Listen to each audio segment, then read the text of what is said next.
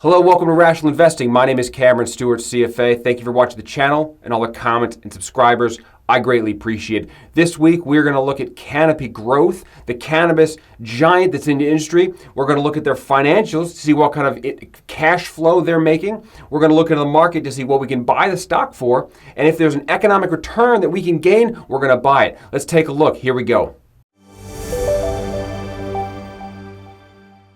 Okay, we're going to look at Canopy Growth. Before we do that, let's review the 5 key attributes that we use for all investments.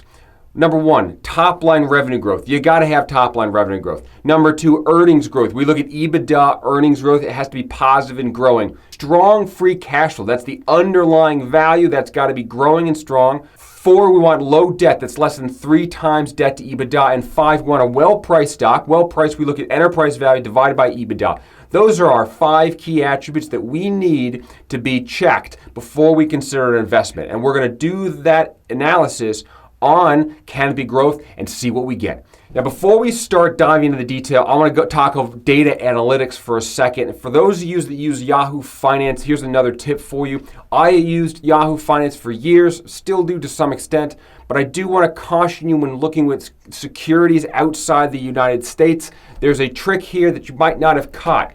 Canopy Growth stock, it is under 2 tickers, WEED, WEED.TO for the Toronto Exchange, or Canopy Growth Corporation, CGC here in the States. If you type in CGC into Yahoo Finance, what you get is the dollar per share, US dollar per share price target. And down below, if you go into the financial section, here are the financials for CGC. But the trick is Yahoo Finance does not convert currencies. So what you're seeing here is Canadian dollars in thousands, although they don't say that. That's right. They don't tell you what currency this is, they being Yahoo Finance. They're just showing you the numbers right out of the annual report. Well, the annual report is filed in Canada. It's Canadian dollars is their functional currency and reporting currency, so they give you Canadian dollars here. What does this mean? Well, if you go into the statistics sections and you're looking at data that combines Canadian dollars with market price information, such as enterprise value, it's going to be mixing currencies because it's taking the dollar value of shares times shares for market cap, but the debt that's stated in Canadian dollars or the EBITDA that's stated in Canadian dollars and mixing the two. And that is a no-no.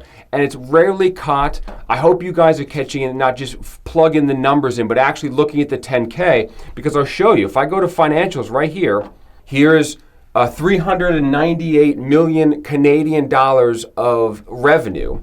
If I then click over to the annual report, $398 million of revenue for Canopy Growth, but this revenue is in Canadian dollars. And Yahoo Finance doesn't tell you that. So always read the 10K, always pull it up, smell check the data before you begin your analysis. This here is the 2020 10K filed by Canopy Growth. Their fiscal year ends March 31st, so this is March 31st, 2020. I'm expecting a brand new, freshly minted 10K to come out any day now, but for the sake I wanted to dive into this stock anyways because it's had a little movement. Let's see what we can glean from it. But that's one key lesson that you need to always take a look at. Go after the 10Ks when you need to. All right, let's take a look at the income statement while we're here. This is their 2020 income statement, 439 million Canadian dollars of top-line revenue growth, excise tax 40, and you get your 398 million that I referenced before in the Yahoo Finance website. That is their net revenue after taxes. We'll come down the P&L and figure out some curly numbers right here, which I didn't like. So this is nice revenue, almost 400 million Canadian revenue, congratulations. Gross margin is negative, that's a problem. Gross margin, the cost of goods sold here is $430 million. What does that mean? This is the cost it actually took them to harvest and manufacture their weed and cannabis products. And what this is telling you is that they spent more manufacturing their goods than they actually brought in revenue, which is a huge red flag. They can't even turn a profit just making the weed and the cannabis products itself. It looks like previously they had I'm guessing they probably understated their gross margin at this point. We'll get to that in a second, but I think this is definitely bad for them, and they need to pivot, which is what you're seeing them go after now. So coming down the P&L, so they got negative here. We're going to cover that one. Selling and general administrative costs, almost 700 million Canadian dollars. That's ridiculous, especially 400 million of revenue. They're spending more on SG&A. Share-based comp, that's a lovely curly number that I hate, right? $320 million of Canadian given to the employees to produce this loss. Congratulations, boys and girls. And then this number, $620 million of asset impairment and write-down. And I have to tell you, reading this 10K, it is a litany of what not to do as a corporation. And this management team has just thrown cash at every possible growth objective to prop up the stock and maintain the story. And what you're seeing is that coming home to roost, that the investments they made in the past, the growth that they told you they were going to get, is now being reevaluated, and they're pivoting in a different direction. And when they pivot, accountants make them write off the investment that they made. And that's exactly what this is. I'll cover that in a second, but what I want to do is finish the P&L. So total operating losses, $1.6 billion of cost to run this business. They lost $1.7 billion in operating income. Look at this. So for every dollar of revenue, they spent $4 in costs.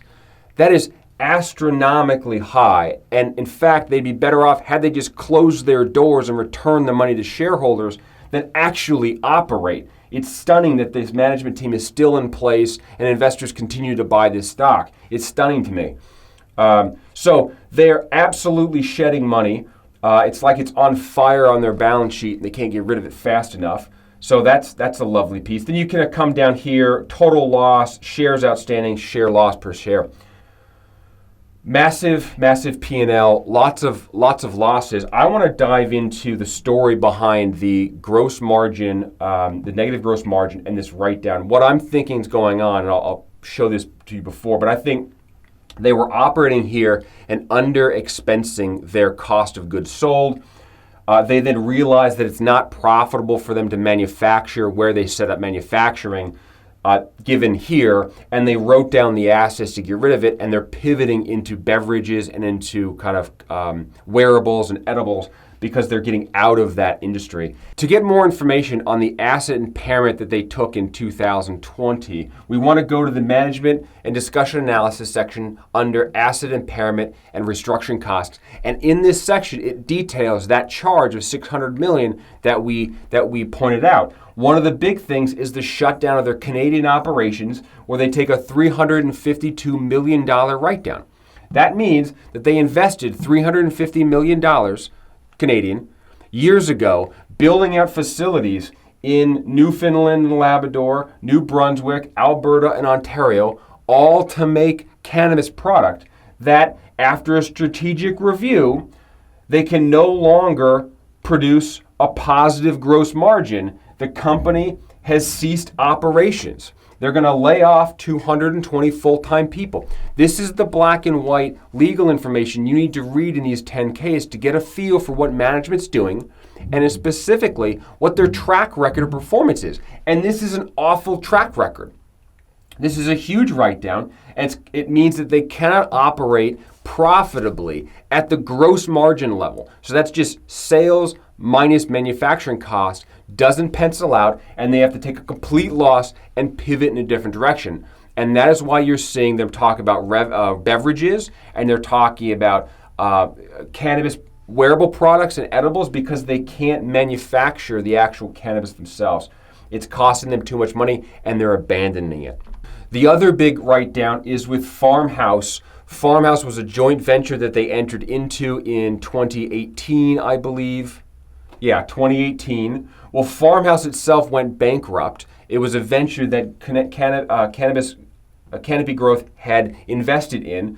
Well, they went bankrupt. They went to the Superior Court. The Superior Court said there's not enough cash flow to cover this investment. You can sell the assets.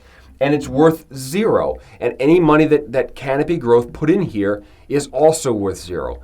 Furthermore, in order to get this deal done, Canopy Growth guaranteed the debt of farmhouse securities. So not only is the investment, cash investment that Canopy Growth made in here worth zero, but then they're also obligated to fulfill the obligations of this company, which is about $90 million of guarantee.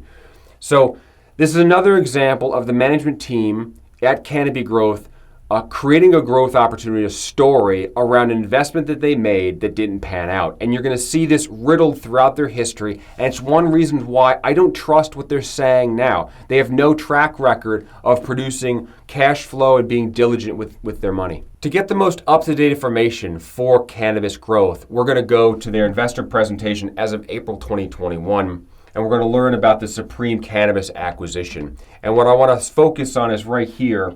Implied premium of 66% of the closing prices of Supreme Cannabis. So here it is again. They need growth. They need a story to continue selling investors to prop up the stock. And they're going out and they're spending money to go buy a company, and they're paying a huge premium once again for something that will most likely underperform their expectations. And this is another example of management chasing growth and that doesn't actually produce any cash flow for the sake of a story. And they talk about going through here that they're going to be profitable on an adjusted EBITDA basis, but then never actually give me the breakdown of adjusted EBITDA, which I really, really dislike. So I think this is just another sales pitch for management to try to prop the stock up. Now that we've looked at the balance sheet, we've talked about the write-downs and the investor presentation, let's put it all together in a historical framework and forecast this business forward. So behind me is the USD converted financial statements for Canopy Growth. Again, I've taken the Canadian financials for the income statement and cash flow, and I've converted it into dollars using the average conversion rate for that year. For the balance sheet items being debt and cash, I have used the fiscal year-end conversion rate. So here we go. Revenue, 2014 to 2020, solid growth in revenue. So you got basically $1 million USD to $298 million of net revenue in USD 2020. That's actually a strong growth rate, 500% all the way down to 75. Notice, however, the growth rate is shrinking on average. As this gets larger, it gets harder and harder for them to grow. So I think this is very good growth. It's decelerating, only just noted. EBITDA is largely negative. In fact, it's always negative, and EBITDA is exceeding revenue, which is mind-blowing that they can do that. But I guess they're spending more money than they're actually bringing in revenue. Congratulations, guys. Just light it on fire. Who cares about cash flow, right? So that's definitely not checking the box. Let's look at debt. They do have some debt, but largely the company's been financed by equity as people buy into this growth story. Market cap, you can see market cap has come down nicely recently from $15 billion to $5 billion. Just boom, like that, erased 2/3 of its value because people are realizing that the story is just a story and management can't actually execute on anything that they say. Enterprise value, $5 billion, negative and negative. So I don't think there's much value here in terms of a play because there's no EBITDA negative. There is debt. Debt is too high because they don't have positive EBITDA, so having any debt is too high a debt. Let's take a look at cash flow. Maybe by some miracle they generate lots of free cash flow. Who knows? Cash flow from operation is following EBITDA, thankfully, so it's negative to negative, and these are pretty large numbers, very similar to the EBITDA that we saw.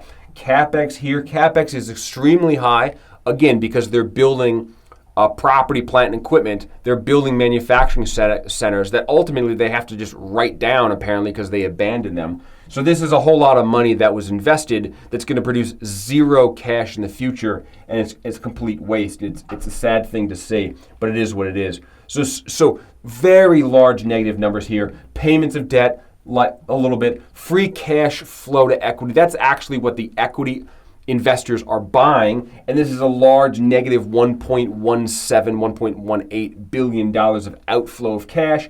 How are they funding these losses? Shares outstanding. Started only at 50 million shares, which is a nice little tiny company. Good. But that has increased rapidly as they just sell shares to the throngs of people who are willing to buy this stock based on this fictitious growth story that they keep spinning. So shares have ballooned as they fund this losses, and in the worst case, they just have to write down the assets. All the money that they invested is just completely gone from the Canadian business, and that's a terrible thing to waste all that money. Free cash flow per share is negative, share price has come down, like I said. So here we go, negative free cash flow, not working for me. What do we do here now? You got a company that has said, oops, I just wasted $600 million, my bad. But oh, look at me, I'm buying another company at a premium, so you should still buy my stock. How do we want to forecast this? Well, what I'm going to do is I can't trust management, so any growth forecast they give me, I'm not going to use. But cannabis industry is huge, and by some miracle, they get their act together, they could actually turn a profit and grow. It's a huge guess, but it's still a guess nonetheless. So what I did is I looked up what the cannabis industry's growth is globally, and it's 28% annualized basis. That's what a quick Google search found. So I said, okay, let's do this. Let's create a forecast model, and we're going to see what their growth looks like. So I'm taking revenue that they've had previously, and I'm growing it at 28% every year.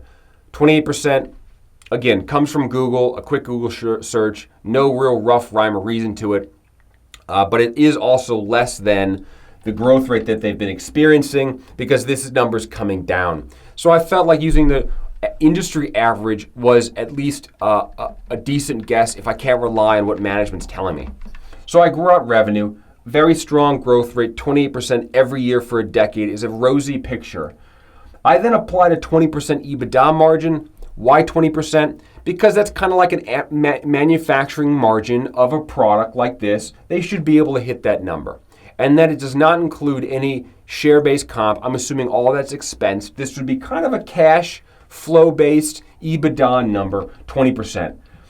If I take 20% of this number, that's $750 million EBITDA long-term. And I make that the target. It's a guess, absolutely, because this business has no free cash flow, no positive EBITDA, no management track record to go off of. It's got a lot of negatives, so I have to do something. So I'm kind of throwing spaghetti in the wall to see what would stick. This here is a quick conversion for the acquisition they made. So these are the terms of the deal. For every share of Supreme Cannabis you get this many shares of Canopy Growth, and you get a little cash kicker in Canadian dollars. This is the outstanding shares of that company that they just bought. So that means a dilution of 8.5 million shares issued to do this. So more dilution, just pile it on. They've been diluting forever anyways, who cares? So here we go. Let's take a look. EBITDA zeros and then pop. Why? Because I don't know how they're going to get here. I just know that in the long term, my guess is they get here. Fine. I give that a 25x handle because it's a growth stock. If they actually pull it off, then they would have been growing at 28% annual, and they deserve a premium because, kudos for them for actually nailing it. That means they're a $17 billion enterprise business, nice big company, a little debt. Here's the shares that's currently outstanding plus the dilution. I think in reality they will have to issue more shares given their history, but for the sake of the argument, I said current shares plus the dilution to make this acquisition they just made. That's 358 million shares. I take my market cap, divide by this, I get $46.82 USD for a long-term price target based on an EBITDA market multiple approach for Canopy Growth. Now, if I do the same thing on a free cash flow share base, how do we do this? Well, cash flow is negative, so I'm going to give them zero credit for any kind of free cash flow that they can use to buy back shares or pay dividends. There's none of that. These guys need every dollar they have on the balance sheet just to fund their operations and try to turn this thing around. Plus, we'll probably issue additional shares of equity because they don't have the cash reserves, in my opinion, to do what they need to do. But long term, if they hit the EBITDA number, I said that they're going to spend roughly half of that in CapEx. So I'm saying EBITDA is CFO, less 50% for CapEx gives me this number, divide by my shares. I get 98 cents per share at a yield of 1.5% because it's growth, so yields down, prices up, $65.35 price target. Okay, so now we have two wild guesses at the stock price based on two different methods. We look into the market. It's currently trading at $37. I have my super rosy, everything works out cases, and I get $46 for the EBITDA market multiple method, and I get $65 for a free cash flow method. I've changed things up here and moved the weighting because I really have no idea what this cash flow valuation method is. So I'm going to give it a 25% weighting and just base most of it on an EBITDA market multiple, which is not free cash flow. So again, it's kind of deviating from our thesis here, but it is what it is. It's a weighting. I get a $51 price target. The shares could be someplace in this range in a decade. If I put this into a distribution curve, I buy the stock at $37. I have zero cash flow for almost a decade because they're burning money now. They've been burning money for years. Why would they stop the trend?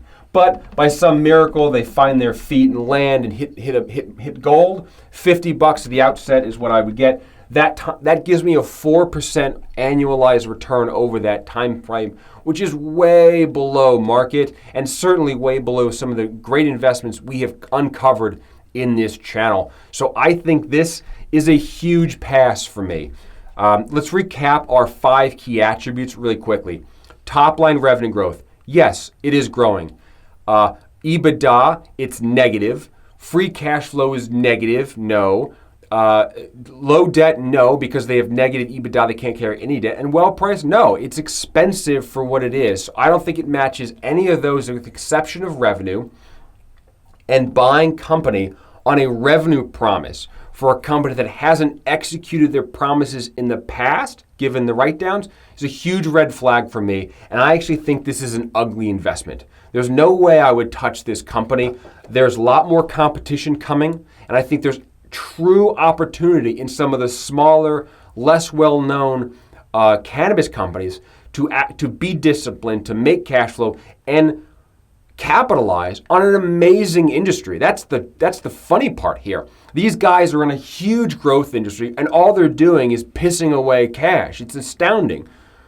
I would like this channel, I'm going to challenge the channel, throw in the comments companies in the cannabis industry that meet our 5 key criteria, that have top-line revenue growth, that have strong EBITDA, that have positive cash flow, that have low debt, and that are well-priced. If you can find that inside an industry that's growing at 28% per year, I bet you that management team can beat that average industry growth rate, and you would have a tremendous stock on your hand if we can find it. Let's go through, kick around some ideas here, because there's got to be something in this industry that we can pull apart and really go after. To give you a little bit more distribution on Canopy growth for a second, I produced this chart for you. It's kind of an eyeful, but I'll explain in a second. You've got a return distribution.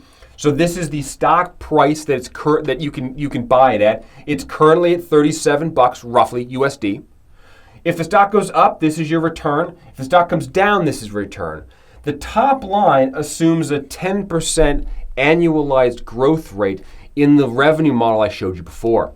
What I said was we grew it at 28%. This is the 4% IRR that I showed you before. So this is intersecting $37 price target you can buy that with a growth formula that says 28% annual gives me a 4% IRR. I like to look at stuff like this and look at a distribution to see kind of what range might I expect. And low single digits is not something I'm putting money against. What does the stock have to do in order for me to be interested? Well, it's got to come down in price and growth has to go up.